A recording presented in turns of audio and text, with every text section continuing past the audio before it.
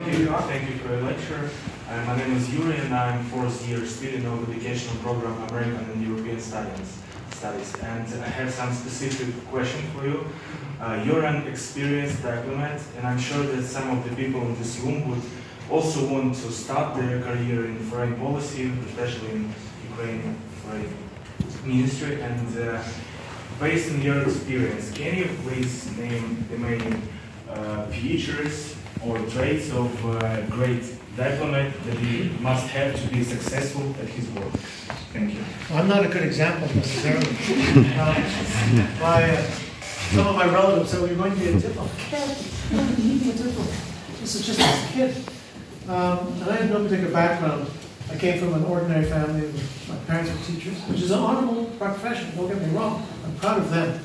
They won't go on. But I had nothing in I wasn't noble background in diplomacy. Some of when I was serving Cuba, some of the Spanish diplomats were all children of aristocratic families, and it was often true in Europe. I enjoyed the fact I came from a democratic country, and I knew what it was like to be with average Canadians. I tried to represent them. I think you have to accept, some things are difficult. You have to accept the policies of your government. Let's assume democratic government, okay? And I never had to deal with any other democratic, but our Canadian diplomats have their own views as well, political preferences between parties, etc. You have to put all of that aside. You can't even, in my view, be quietly campaigning for one or the other. You have to, I will promote, as long as it, from legitimate government, I will serve those interests, even when I disagree. I do the best I can to serve those governments, because if that's not true, then the governments who are duly elected by the people won't trust their bureaucrats. So there has to be that trust of the leaders towards their functionaries, and the functionaries' willingness to follow a democratic government. I emphasize that point. Secondly, you have to be careful about being too emotional. So when I look at China, I could focus entirely on their mistreatment of the Uyghur people, their mistreatment of Tibet, the poor human rights record of China, including censorship and control of thought.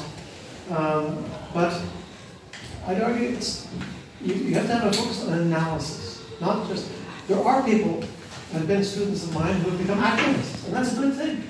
They're activists for human rights, they're political operatives in the various parties, but that's a very different skill set. What I had to develop, and which I think I did a decent job at, was to be an analyst to understand. So, for example, when I went to North Korea, I was the first Canadian diplomat to visit North Korea, the worst government on earth. Putin's Russia is a paradise compared to North Korea. Putin's Russia is no paradise, but compared to North Korea, it is the worst government that I've ever set foot in. I mean, with just horrific human rights records and treatment of its people, starved them. And yet, my job there was to negotiate with the North Koreans. We were negotiating towards a recognition, diplomatic recognition. We never got very far because they started committing crimes, in this case, bombing in Myanmar that killed a bunch of cabinet ministers. So every time we were close, they took steps backward. But my job wasn't to lecture them all day long. I maybe would make a few points. My job was to understand where they came from, what makes them tick, and then to provide that insight. So you have to restrain yourself sometimes. Because part of me, when I would see stunted children, this was winter in North Korea, and it gets as cold as does Ukraine in the winter, women giving birth in hospitals, because I was there to monitor Canadian aid that was going into the World Food Program, who were in 20 degrees below outside, 20 degrees below inside. People denied the necessities of life. One person commits a crime like secretly watching South Korean television. Not just he or she goes to a concentration camp, the whole family goes. So horrible by the standards of any country. But my job